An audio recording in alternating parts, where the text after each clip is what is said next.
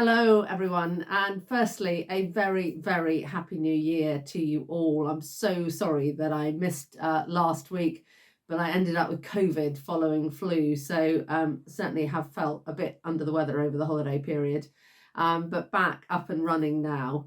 And as ever, it's incredibly busy. There's a few things that I wanted to just sort of, I guess, bring your attention to.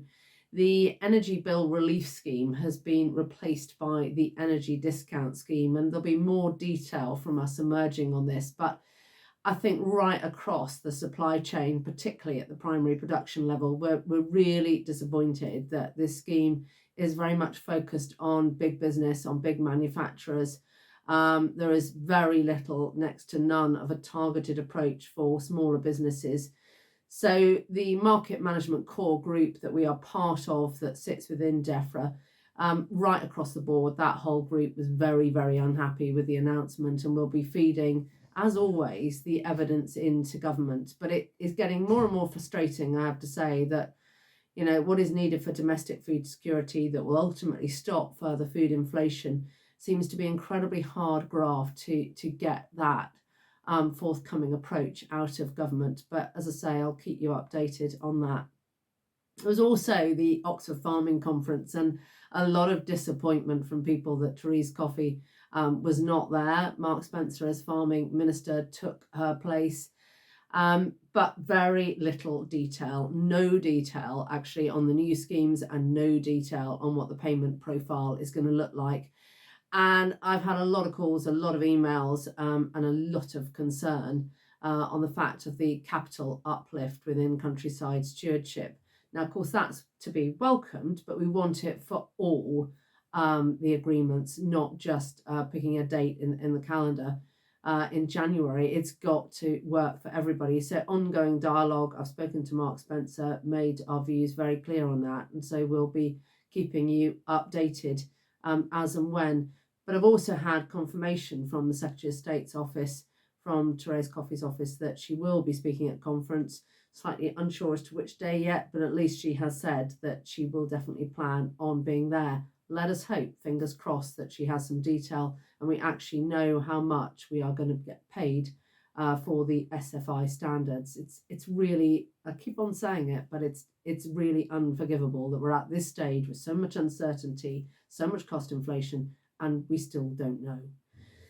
But my thanks, enormous thanks to Baroness Rock for joining Vice President David Exwood yesterday for the live event. For the many of you that will have joined that, I think she's done a great job. We've inputted into it, as she rightly referred to it, at every level. Director of Policy, Andrew Clark, has been very involved, as of course is David.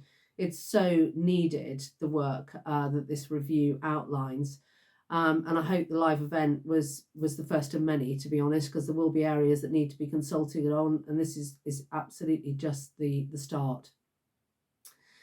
I also this week had a meeting with Greg Hands, who of course is back in the Department of Trade, and really worrying actually what is going on in the sheep sector at the moment. It's a concern that we have been raising all along with the impact of these trade deals as we move forward, as to why we need safeguard measures in place. Now, we've seen a lot of frozen New Zealand lamb come onto the marketplace recently.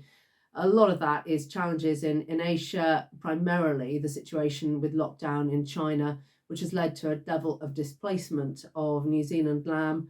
And we're finding a lot of frozen coming over here. That's impacted on price already, pretty much 10p a kilo.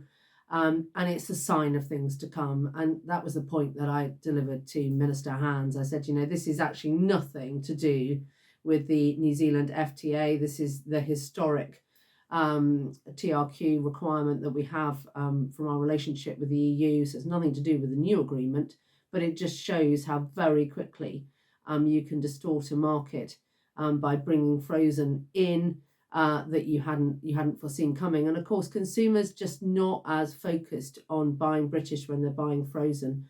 So we'll be, as we always are, engaging with retailers, really encouraging them to keep their commitment to British sourcing.